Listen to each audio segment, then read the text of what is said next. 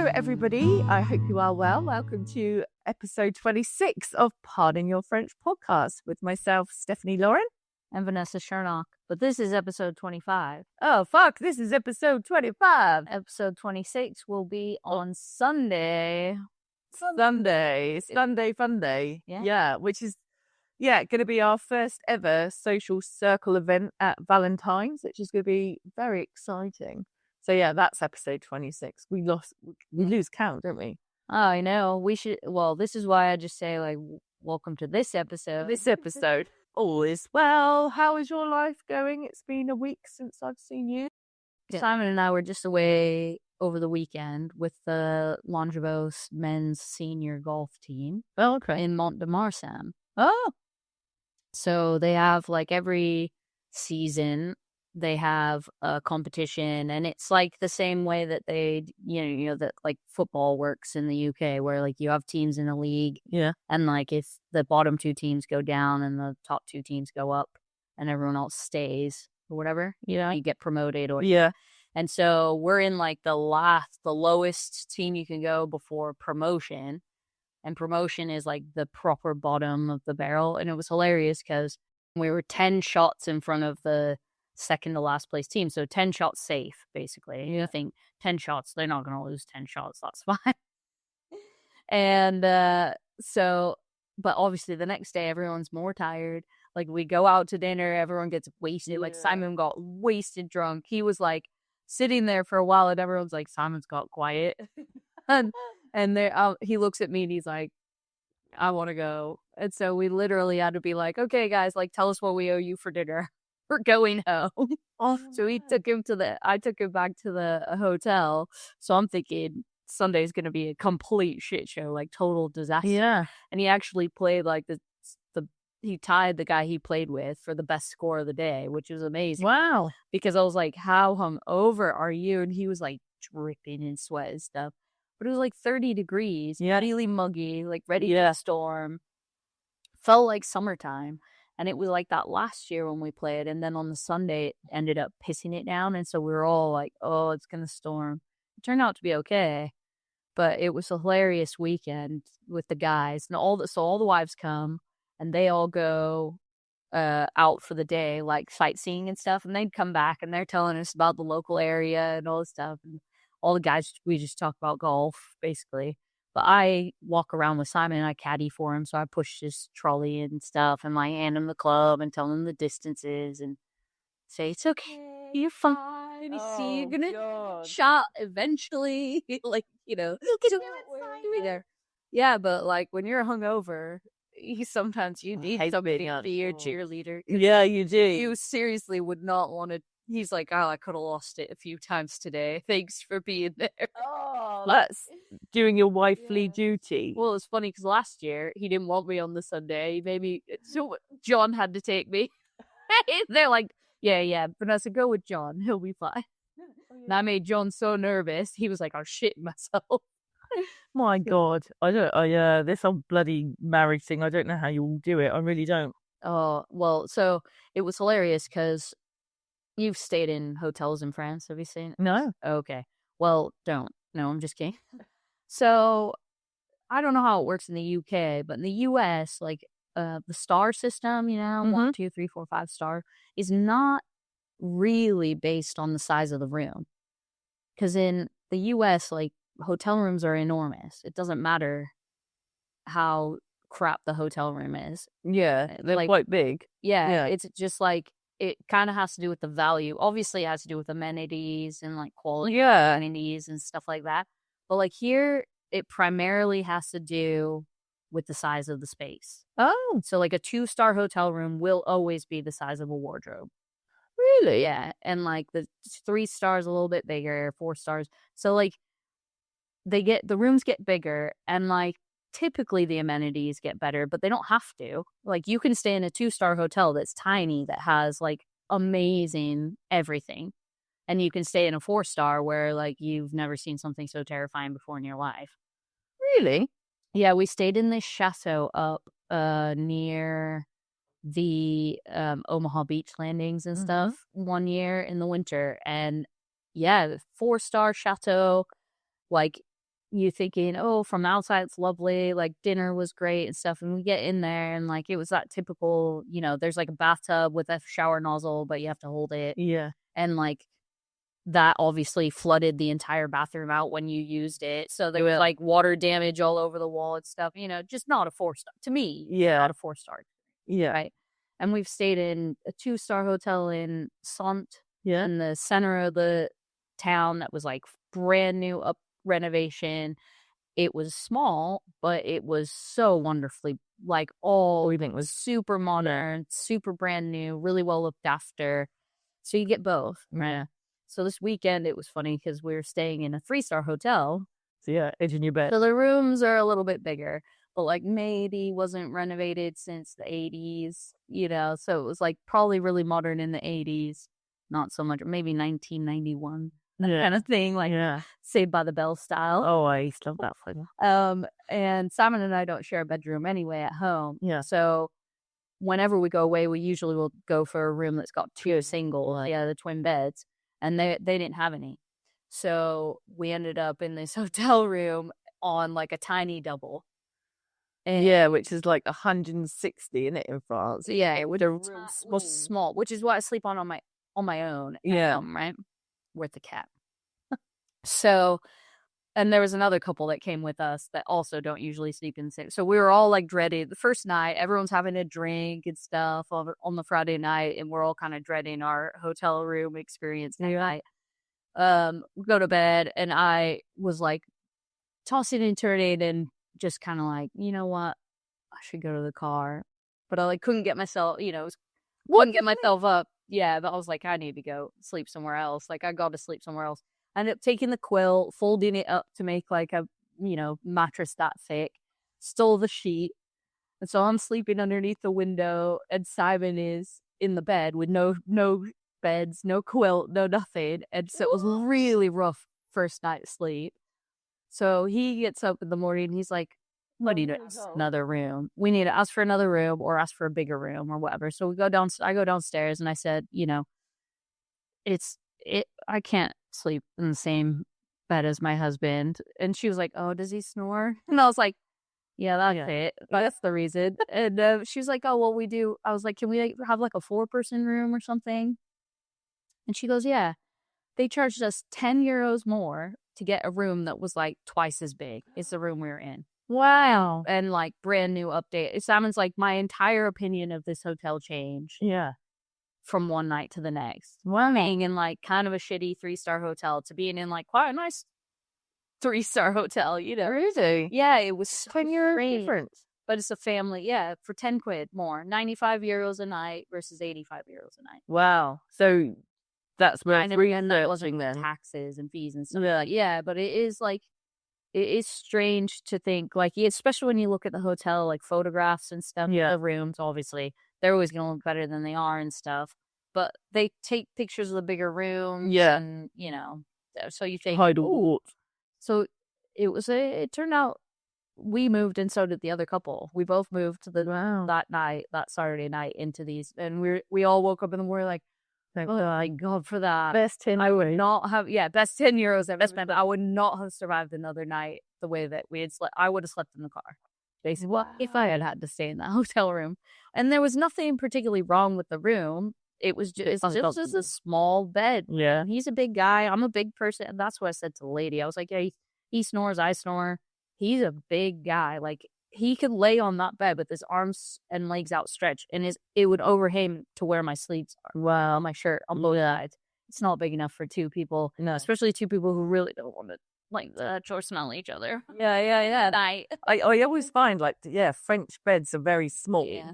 I've bought like a really like beautiful like antique style bed, and I put it up and I was like, what is this now? Yeah. Like, I didn't measure it before. Yeah. I just thought, it's a double. And I was like, no, this is absolutely crazy. Like, I've got a Super King. Yeah. So see, he's got a Super King. Their standard double here is 140. Was it 140? Yeah. I thought it was a 150. So they have 140, 160, 180, and then 200. But 200 isn't even what we would consider a Super King, I don't think. No. Or the length is different. I don't know, something like that. But yeah, we've got to be annoying to them, don't they? which is an English mattress, I think, an Yeah. English bed. Yeah. And I've got a 160. God, And yeah. so, like, I have to be able to know that I can roll over 3 times without falling out. yeah. Like, It's been a week since our last confession. our last confession. It was a great episode though with Alex, the chef. Chef. I listened to it back, and yeah, he's a very talented guy, isn't he? Yeah. And such an easy conversationalist. Yeah. And afterwards he was like, "Oh, it's fun, isn't it? Like everyone likes talking about themselves, don't they?" I think he would have sat there for like 3 more hours. Oh, easily. And just the way he's very interesting. Yeah. And I loved the fact that he didn't find his thing until he was 40. Yeah, and he doesn't even really consider it his thing, you know. He's like, I'm not passionate about it. I just happen to be good at it, and it earns me money. He's like, you know, it's a very practical way of living your life, though, isn't it? You know. Yeah. Sometimes you don't find that thing that you're super passionate about that you're gonna just do for the rest of your life. No. You know, and then sometimes we say, you know, if it is your passion, and then you start doing it for a living, you get over it. And is it you don't love it anymore, you know, you go out with it and stuff, or you don't get to do it. You know, we have this romanticized idea of like, oh, you know, Simon at one point in his life wanted to run a clay pigeon shoot because he was so into clay pigeon shooting. And he's like, now I think about it and I'm like, actually, it probably wouldn't have been a good idea because I probably wouldn't like pigeon shooting anymore. Yeah. And the people we've spoken to that do run shoots, they're like, you know, how often do you actually get to shoot? They're like, yeah, not as often as I'd like, being busy work running it. Yeah, exactly. So. It's the same thing though, isn't it? Is it like if you love a McDonald's and then you worked at a McDonald's, you will want to eat McDonald's anymore. Yeah, too much of a good thing can be disastrous. And I think, I've had so many different careers and different ideas of businesses like along my little life so far. Like everything, I just have so many different ideas, and I see the same with Carter now. And I'm, as a parent, I go, oh my God. But as a kid, the world is your oyster and everything's an opportunity and everything's very creative. And I love that.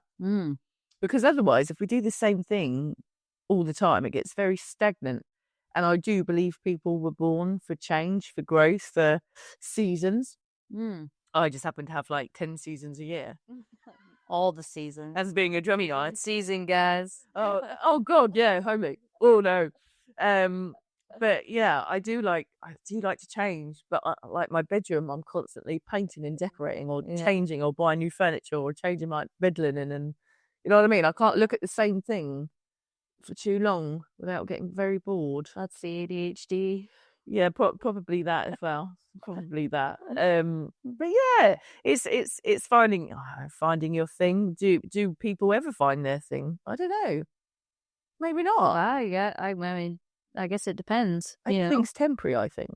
Well, I think you can be great at a bunch of things as well in your life. Like you don't necessarily just have to have that one thing that you're good at. Yeah. You know, it's like it's okay to try something else and find out that like, oh, I actually was good at this, could have been good at this from a young age, but only started doing it as I got older as well, you know? Yeah.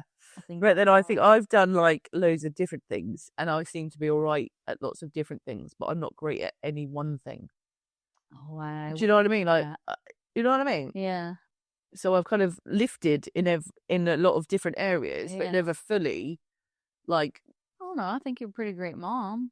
Oh, bless you. Yeah, I am. Like that's your thing now, isn't it? Like you can do other stuff, but at the end of the day, I am wrong. I am. But do you know what? And I had this conversation with Carter the other day because I can't remember. I said I was going somewhere and he wanted to come or something. And I was like, no, you can't come to this one. And he got like really offended by it. And I was like, but I was Stephanie a long time before I had you. And whilst I'm so amazing glad that you're here, I also have to be me too. And I say, I hope like when you're a parent, if you're a parent one day, that you are still going to be Carter Jack. You are not just going to be dad. Yeah. Because we're all put here for a purpose and for a reason. And yes, children add to your life, but they can't just be your life. Yeah. Because, and even Carter's dad will say to me like, oh, you wait till he's 18 and he's off out. Yeah. And what are you going to do? Your empty nesting. Yeah. And I was like, I'm never going to have that problem. Yeah. Like, don't get me wrong. I'd be sad if he did up and leave and like Jade, going to Montpellier last week, but I would clap him from afar, but I would also go and rage my life. You know what I mean? I'm never going to be sat there. Rage my life. I'll go traveling. Fucking rage. I literally will watch out when Carter Jack is 18. Probably 16, knowing Carter. He'll go on adventures and you know what I mean? But I'm never going to be sad and empty nested syndrome. That's not going to be me. No. But I also think Carter will be 42 and still living with me, like I am 43 living with my dad. Yeah. I was like, we're going to have to get him a basement. A little basement. He's in the video now. He's basement. Yeah, a man cave. A man cave. But it was funny yesterday. We were in the car on the way home from school. I can't remember me and Carter, and I can't remember what the conversation was, but I said, well, you do know that there is a law in France that you have to look after your parents when they're older. He went, what now? And I was like, we're not in England anymore, mate. Yeah. I said, I moved at the right time. Yeah, exactly. And he was like, but look after you how? And I was like, oh, well, by law, you have to cook my food. You have to do all the food shopping. I was like, you'll probably have to lift me into the bath one day and wipe on my bum. But I also, like cultures and stuff, there are a lot of people that just go, well, you're my parent, but this is my life and my little bubble. They ignore the parent, which I don't know. I guess I've never done, not with my dad. You know what I mean? I always have to look after Steve. He's now in the garden. He's building another compost. Yeah, he was like, always something to do, always work to be done. And I was like, we got to keep you busy, Steve. He bloody loves it. You would not have him. He would not be sat in front of the TV like on a day. He obviously like when it's a beautiful day too. He gets frustrated, but it is a lovely day. Yeah. Autumnal. I can't say that word. Like lots of French words. Autumn feel, but it's still sunny. This is like my favorite kind of weather because you're not sweating and getting like blinded when you walk outside. Yeah, but it's nice enough to walk around in a t-shirt. Yeah, and everything's still dry, so like for at work and stuff like that, like you're not trudging around in mud or anything. Oh, do you know what? Last year, I had to constantly walk from the chalet to the house and across the mud, and oh my god! And obviously we had the horse here, so she lived like round the back of here and out into the garden, and just the mud sliding down. It was like, our garden is basically just a field. Yeah, it's not an actual garden, is it? But I want to get some like different areas going on. So hopefully I can make a start. Yeah. Let's see. What else have you done this week? What? The clutch went on my car. Yeah. Again. So luckily the part should be here today and it being fixed by the wonderful John. So hopefully I'll have, it sounds really stupid, but if you're moving to France or if you live here, make sure you get 2 cars. One's going to be broke down for at least a month. Literally, it's like the parts, isn't it? Yeah. You know what I mean? It's waiting for the parts, and then especially if it breaks down on like a late Saturday afternoon. Yeah. Even if you order the part online, they're not even going to look at that order till Monday. And then they'll be like, Monday after. We'll process it Tuesday. Yeah. Well, this is the other thing is like a lot of places here, like garages and stuff like that, might stay open on Saturday. That means they're shut on Monday. So if you order on Saturday, even if you ordered the garage that's actually sending the part, it won't send it until Tuesday. No. So if it's a simple fix and you know what part you need, even that, it's like, it will be a week before you even get your part to fix the car. So luckily I've got the little Mini so I can do the school run and stuff. Because without cars, what do you do? No, there's no buses here. Like a regular bus that comes past my house, or you know what I mean? I can walk to school, but there's no way Carter would walk 8 kilometers back after school. No. You know what I mean? And there's no school bus. He could take school. There is a school bus. You have to get a yellow vest. What? They make them wear a yellow vest, don't they? Do they? I don't know. Oh, yeah. Oh, do they? Like, standing on the side of the road, they got to wear a yellow vest. That's like quite a reflective. cute, though. Well, it's smart, obviously, because it's like, less likely to get hit by a car. But like, that's how likely you are to get hit by a car on the side of the road. Yeah. Is that you can't wear bright reflective vest. But yeah, it's weird because where I used to live in Hampshire before, like when Carter was started primary school, albeit he was only there for just over a year before we moved here, but I could just walk him to and from school. Yeah. And I was like, it's such a nice thing to do. And then here I'm like, yep, it's a 20-minute round trip. Yeah. Just to get to and from school, but which isn't far because I used to drive into Barbazure when he first moved in, went to a Catholic school in Barbazure. Yeah. God, he used to be up at 6:30 to like have breakfast, to get dressed, to get there for 8:00 start.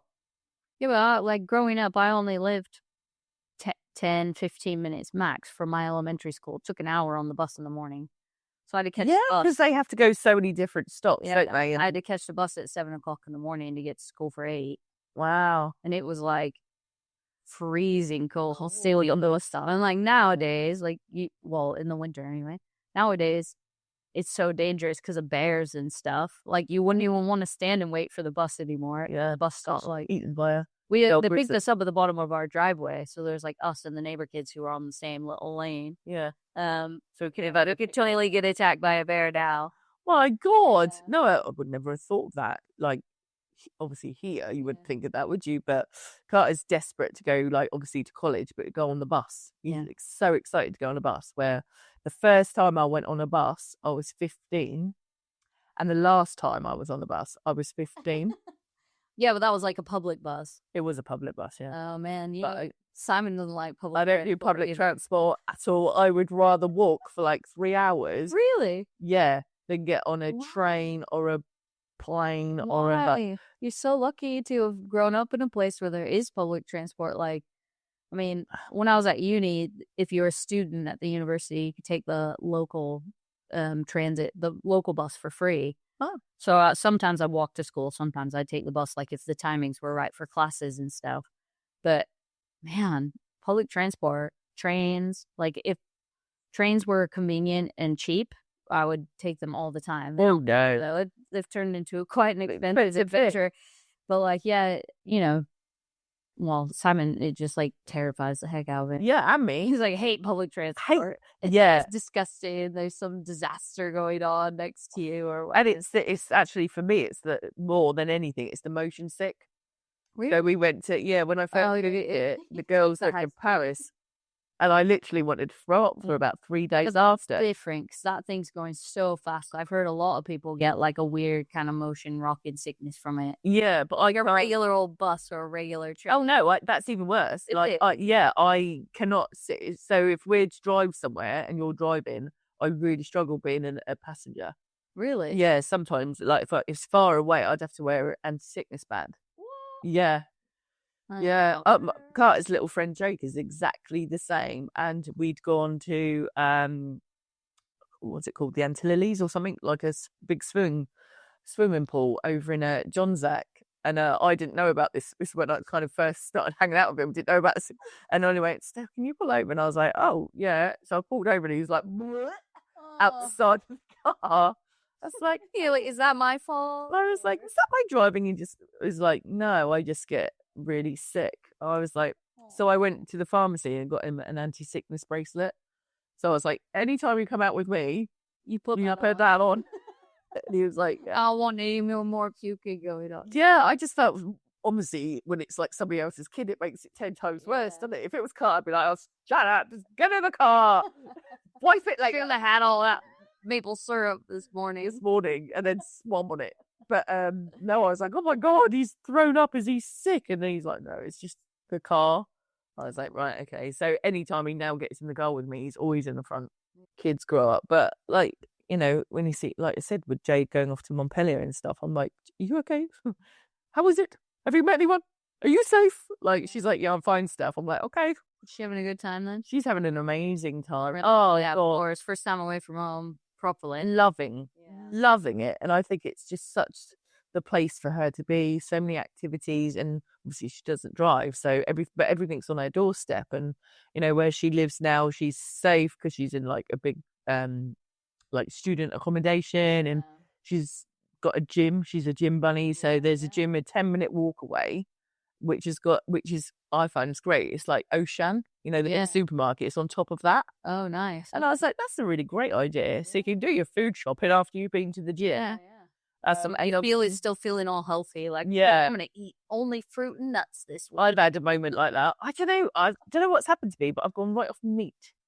Yeah. So I don't want to, I don't know. I need to come up with like some recipes to get excited about cooking.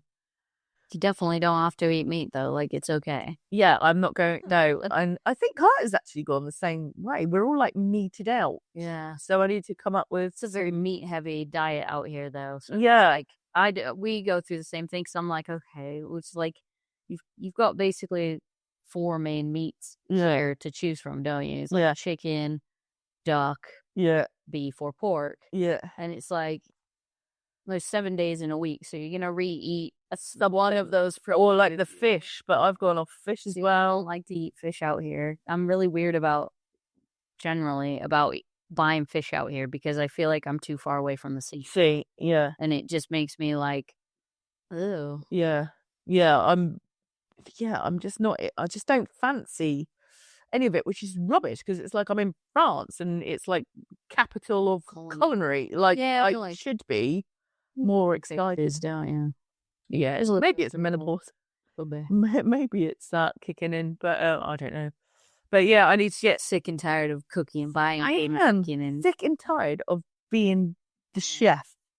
But that's the thing as well, is like when you live in a place where there's more convenience, you're like, oh, we'll just go out. We'll just buy takeaway or and like here, when you can't do that, you're like, okay, I really just want to eat some cereal tonight, and like if I didn't have other people in my life that feeding, I would just live off of like crackers and cornflakes and a banana or whatever. So and obviously that like Carter the other day, I think it was Saturday, he was like desperate for to go to Valentine's again for their food, and I get it. But I was like, I just want a day where I don't actually have to go out of the house, Carter, because I'm constantly in the car or out here and there. And he was like, well, can we go to KFC? And I was like, still in the car, and that's even further because that's a 2-hour round trip. So we ended up making this cornflake chicken, which I cursed Gordon Ramsay for because obviously Carter had seen it on YouTube or TikTok or whatever, this cornflake chicken. So in the end, by the time start to finish, by the time I'd done it, I was like, that was 2 hours of my life. But to be fair, it did actually turn out pretty amazing. Really nice. I like to make like a corn what is it, a Weetabix dredge. Weetabix dredge. They're so crunchy. Like instead of using cornflakes, Weetabix, like also Simon goes through phases where he's like, I'm gonna eat Weetabix every single day for the rest of my life. I would too. They'll get like halfway to the fucking box, and then you still got like all of these, which is Weetabix left, just like plaster. Yeah, exactly. And so they're really easy to crunch up, and they're really easy to make as a bread. But I bake. I do baked fried chicken. I guess baked instead of deep fat frying it. Okay, you can do it in the air fryer too, but. Yeah, I've got an air fryer, and I should have used that as well. But the tray's not very big. Yeah, but did you do bone in or did you chicken?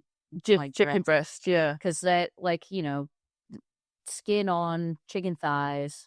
Dredge them all up. That's like proper KFC. But they just stay nice and juicy. They don't dry out when you put them in the oven because obviously a deep fat fryer keeps all the moisture in. The science of deep fat frying, but. Yeah, if you do it properly, like it tastes really, really good. It did taste great, but then I worked out. Well, I didn't work it out. I was like, well, I can't reuse this oil now, so I was looking up like little tutorials, and I was like, okay, so you could do like homemade chips and stuff, and you can use that oil like say 5 times. But then I was like, now it's like one and done with this chicken. I was like, so I spent €12 on 4 liters of oil that I've used one time. I'm like, that's Yeah, it's a waste. Not great math. Yeah. Is it? That was our thing. It was like, when I first changed the oil, when we had the deep fat fryer, it was like when we first changed the oil, we only did veggie things. Like, Yeah. you can reuse the oil a bunch of times if you do it vegetables. As soon as you do meat, you're like, and like, there's certain things that you think, ooh, you know what will be really good? Yeah. Like salt and pepper spare ribs. So you're taking some like really fatty meat and you're dropping it in deep fat fryer and then like just ruining everything. Basically. Yeah. But then you've got to dispose of the oil properly as well. Yeah. You know, you got to take it to the cheffery. They've got all like oil jugs. Yeah. I know. It's disgusting. such stupid. It's a terrible idea, isn't it? I was like, I'm really annoyed at myself that I spent €100 on this deep fat fryer now. I might just need to get rid of it when Carter's at school. Yeah, because it's just like, oh, can we now do like, oh, what about like Twixes and Mars bars? I'm like, hell no. Yeah. Like, they're bad enough to eat anyway, let alone deep frying anything. Really dangerous as well to have in the house. Like, that's, people catch their house on fire from using them. That's why I said we only had ours outside. Yeah, see, outside, and I read it was worse to have it outside because of like the wind, and it's worse out. And even on the instructions, it says don't put it outside; it has to be inside. But fuck that! Like, your house stinks like a chip shop. I know. Yeah. After like a couple of uses, I was like, "This get it outside." It's still, even if it's like well contained, it still makes a mess. You end up with like grease, so around everything. So I've got a tray. A big tray that it sat on. And then I put it on the stove and then had the extractor hood on. Yeah. So it was cleaner than I thought it would be, to be fair, but I don't ever want to go through that experience again. No. But obviously everyday Carter's now like, we have some chicken. Chicken. Oh no, what he calls it? Chicken. She has some chicken. And some cut chicks, mum. I'm like, fuck no. I don't have 2 hours of my life. That kid, it's dangerous because he's like right at the age where he wants to do it himself. Oh, and he probably would go, I'll do it. Yeah, I'll do it. And like, that's super freaking dangerous as well. Isn't it? Like, I've seen him cooking bacon. Yeah. And I was like, oh my God. And then I blame YouTube and TikTok for all of this because he then decided he would make a Nutella mud cake, right? And on the weekend, and I could hear him downstairs, and I was thinking, oh, I don't know what he's doing. So I come downstairs, and he's not there, and I'm like, so I come into the garden, I'm like, no. And then my dad's going, have you seen the Jeet keys? And I was like, no, why? And he's like, Carter wants to make a mud cake. And I'm like, oh my God. So he's come back. Mind you, Carter has literally blown up a microwave before making these mud cakes. By putting it on for 19 minutes instead of 19 seconds. And I could smell the burning from upstairs in my bedroom. Like days. So I never replaced that microwave in the main house. And then he'd go around the sheet. Oh, there's a microwave with there, Granddad. This guy. And he came back, and I swear to God, I don't know how it works, right? You tell me, but he basically put shitloads of Nutella in the bottom of a mug and an egg. Yeah, that makes sense. And he made a chocolate Nutella cake in 19 seconds. And he was like, this is the best thing I've ever eaten in my life. So then I had to go and hide. You got to stop feeding him better things if that's the best thing he's ever eaten in his life. And he goes, because he made it. Yeah. He thought it was the best thing ever. And I'm like, did he mix the egg in with I don't even know. I don't even know. I was like, you better not be fried an egg on top of it. So I think I did. I was like, you better not be sick or get poisoned next week you're at school. So yeah, I need to get better at like cooking in advance. Putting locks on things. Or just throwing away microwaves and deep fat fries. And just not buying them in the first place. Yeah, I can even smell, when I say deep fat fryer now, I can even smell it. I literally was so cross, like I took all my clothes and I literally soaked them in bicarb before I put them in the washing machine. Yeah. Like, I don't know how people have deep fat fryers in their house. Thank you so much for tuning in to this episode of Pardon Your French podcast. We hope to see you on Sunday the 14th from 2:00 at Valentine's Restaurant in Park Hall. If you do want to eat, just make sure you call up and reserve your spot. If you're just popping down for a cup of cocktail, then just turn up. That's absolutely fine. And there'll be some amazing music. And we hope to see you there. Thanks for watching or listening. Bye. Bye.